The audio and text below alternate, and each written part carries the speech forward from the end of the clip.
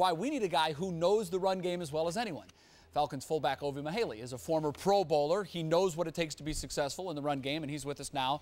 And what Ovie's going to do for us is rank the remaining 4 run games. We're down to the final 4. Ovie, first of all, thanks for joining us. Welcome to First Take. No problem. What's your ranking? Who has the best? And take us 1 through 4.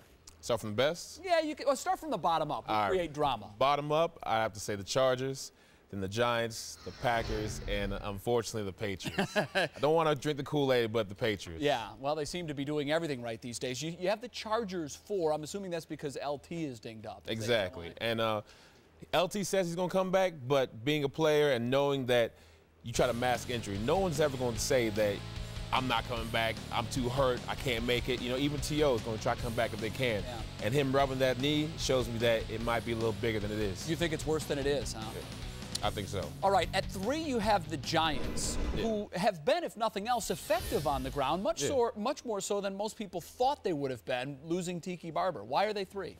Well, Jacobs and Bradshaw, they're a 1-2 punch, but I think that the other 2 teams just have a little more firepower than they do. Those 2 guys, they change the speed up, kind of like Warwick and Jerry's did for me, but compared to the Packers and the Patriots, it's hard to beat them. Have you been surprised with how the Giants have been able to move the ball on the ground this year? I have been, and I think that Jacobs is not he's not a real burner, he's not a huge guy, but he's a well-rounded player, and he's a guy who's able to get those tough yards when needed. All right, at number 2? Packers. Going with the Packers. Yeah. I mean, Ryan Grant, he looked pretty strong. Right. You could make a case for them being number 1. You could, but I love underdog stories. I love guys, you know, proving people wrong, and Ryan Grant has done that. You know, having a rough start coming into this league, and now being, for the last 8 games of the season, he's second only to LT. And to do that, that's a huge accomplishment. Jump into his mind on Saturday. He fumbled once all season. He has 2 critical fumbles early in this football game. What are you thinking at that point on the sidelines? You're thinking that, is my coach going to get me back on the field so I can prove to him that I can make the plays? And it's probably what he was thinking, but the thing I was most impressed by him, and that shows his character, is that when he got back on the field, he proved his coaches, his teammates, his whole organization right by getting 200 yards, helping to win the game. Granted, LT is dinged up, and I know you have the Packers second, but is he the best back left in the playoffs? Ryan Grant or LT? Ryan Grant. Ryan Grant? I mean, considering that LT's dinged up.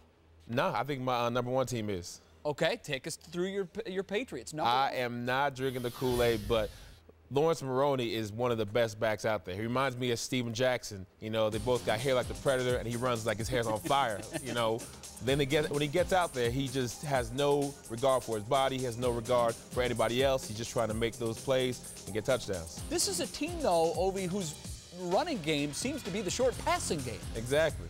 But that's only because they have Tom Brady on there and because he's so talented and he's trying to do whatever it takes to win games. But if they had no Tom Brady and they concentrate on Lawrence Maroney, you'd see a lot more of him.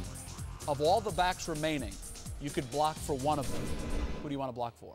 LT. I'm a big fan of Lorenzo Neal.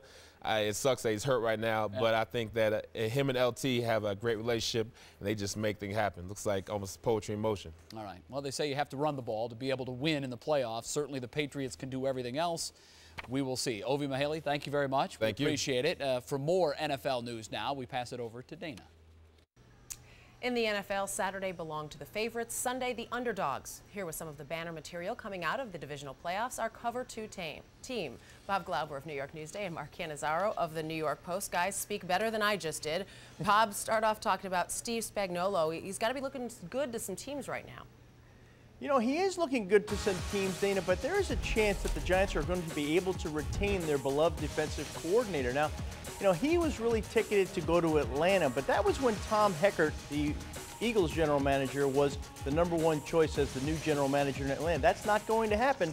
Thomas Dimitroff, the Patriots scouting director, is getting that job. So it's really uncertain if Spagnuolo is on Dimitroff's radar. So there is actually a good chance that the Giants get to keep Spagnuolo not only through this year's playoffs, but for next season. He did sign a 2-year contract, so after next season, he would be a free agent. And there is still a chance that the Falcons do come back to Spagnuolo as one of their top choices. Mark, you were at the Jags-Pats on Saturday. Give us a little inside info as to what makes Tom Brady so good. Well, Dana, you know, a lot of people perceive Tom Brady as kind of the pretty boy quarterback who's dating the supermodel and also happens to collect championships.